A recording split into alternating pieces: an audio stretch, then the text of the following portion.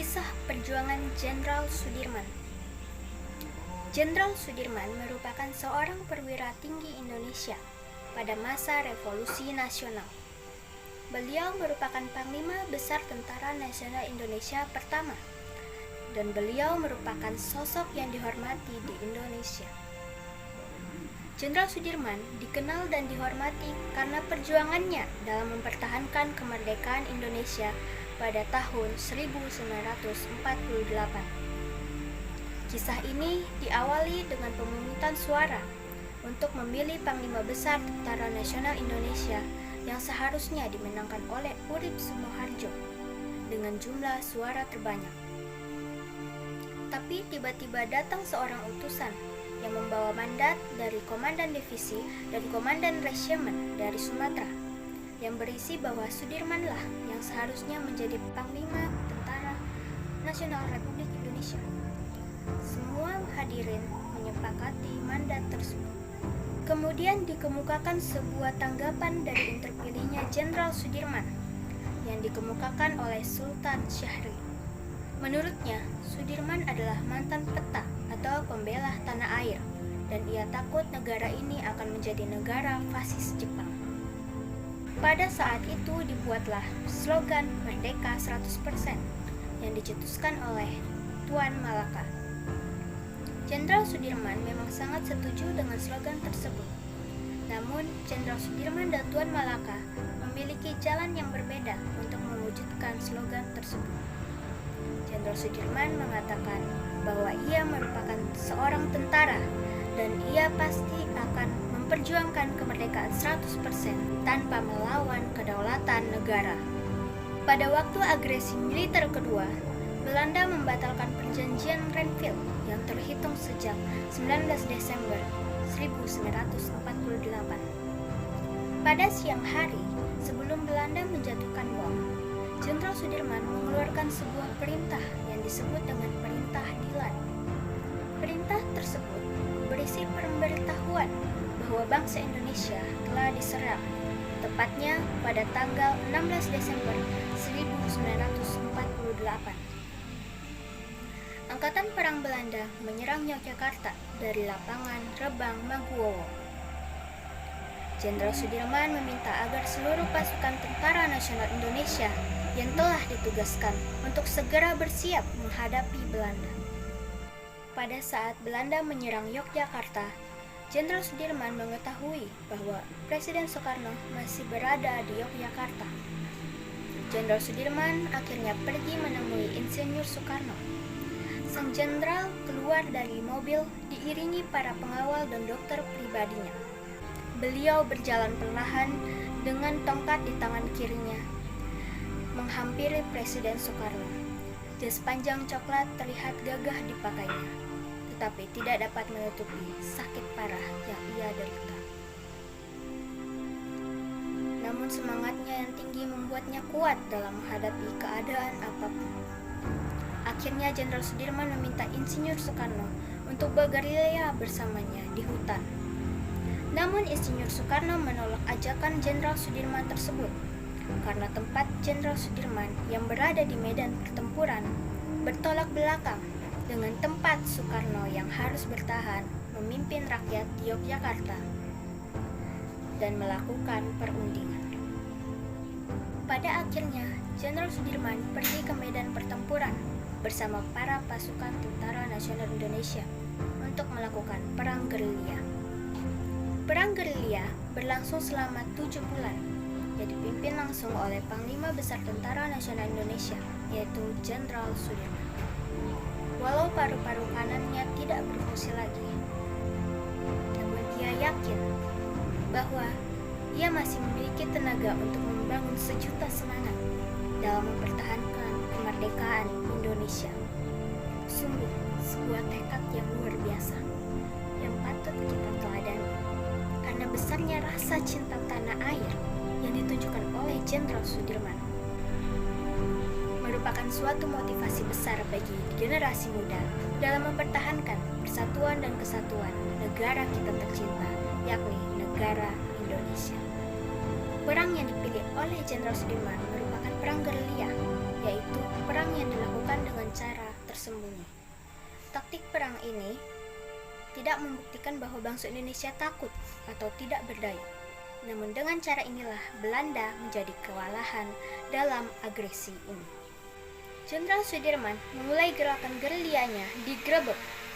Seorang utusan menyampaikan kabar kepada Jenderal Sudirman bahwa sebenarnya Presiden Soekarno tidak keluar kota, tetapi ditahan oleh Belanda dan memberikan dana taktis yang tertinggal di markas.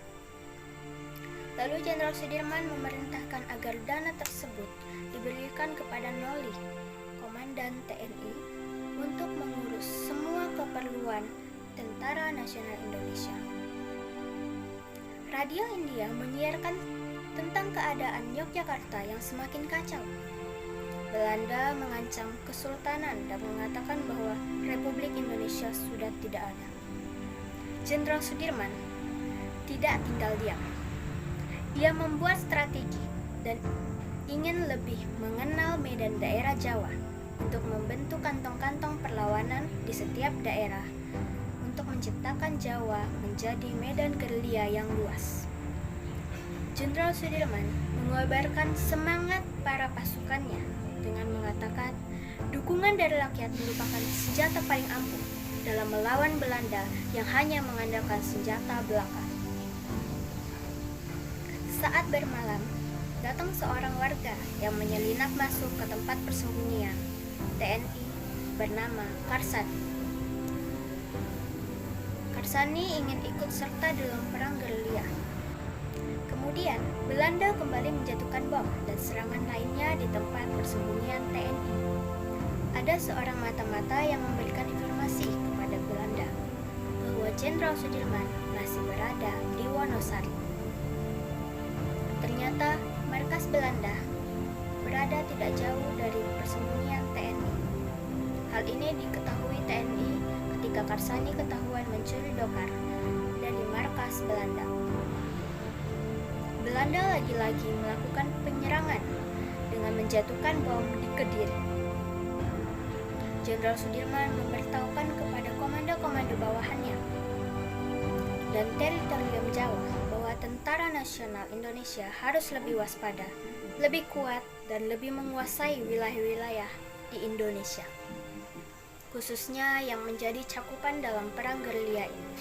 Jenderal Sudirman mengatakan bahwa perang gerilya dari dalam hutan bukanlah sikap takut terhadap musuh, tetapi merupakan taktik berperang dengan cara melakukan serangan, lalu berlari dengan penuh perhitungan, memanfaatkan senjata seadanya untuk menguras tenaga musuh. Tidak jarang Belanda begitu dekat dengan pasukan TNI dengan amunisi yang serba terbatas. Tentu pasukan Jenderal Sudirman tidak akan gegabah dalam melawan Belanda. Hanya kebesaran Tuhanlah yang menjadi kekuatan para pasukan TNI. Senjata bukan lagi yang utama. Perang bukan lagi melawan penjajah, melainkan melawan kejahatan. Itulah yang terus dikatakan oleh Jenderal Sudirman. Belanda memasuki tempat persembunyian TNI dan mencari Jenderal Sudirman. Jenderal Sudirman beserta pasukannya menyamar menjadi pasukan biasa dan seakan sedang melakukan acara tahlilan. Jadi mereka menanyakan kepada pengkhianat atau seorang mata-mata dari Indonesia. Mata-mata tersebut merupakan salah satu dari Tentara Nasional Indonesia yang bernama Kunto. Kunto mengatakan bahwa Jenderal Sudirman sedang menyamar di hadapan mereka.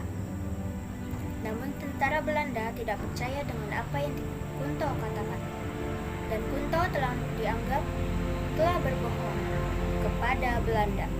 Akhirnya Kunto ditembak mati. Dilanjutkan dengan aksi penangkapan Tuan Malaka dan para pengikutnya, karena gerakan komunis yang dipimpinnya sudah semakin membahayakan persatuan Indonesia. Kemudian Noli, yaitu komandan TNI, diperintahkan oleh Jenderal Sudirman untuk menyusup ke Yogyakarta guna memantau situasi di sana, sekaligus memberikan surat kepada Sri Sultan yang terkait dengan serangan umum. Sesuai saran dari Sri Sultan, pasukan gerilya akan menyerang kota pada siang hari, tepatnya di depan gedung delegasi KTN. Pada perundingan Roem-Roen, maka dihasilkan keputusan bahwa pemerintah akan mengeluarkan perintah untuk menghentikan perang gerilya, dan kedua pihak turut bekerja sama dalam hal mengembalikan perdamaian, keamanan, serta ketertiban. Pemerintahan sudah kembali ke Yogyakarta. Bung Karno mengutus utusan untuk menjemput Jenderal Sudirman. Saat hendak menjemput Jenderal Sudirman, utusan itu meyakinkan Jenderal Sudirman bahwa keadaan Yogyakarta sudah aman. Jenderal Sudirman tidak bisa percaya bahwa Belanda pergi begitu saja dari Yogyakarta.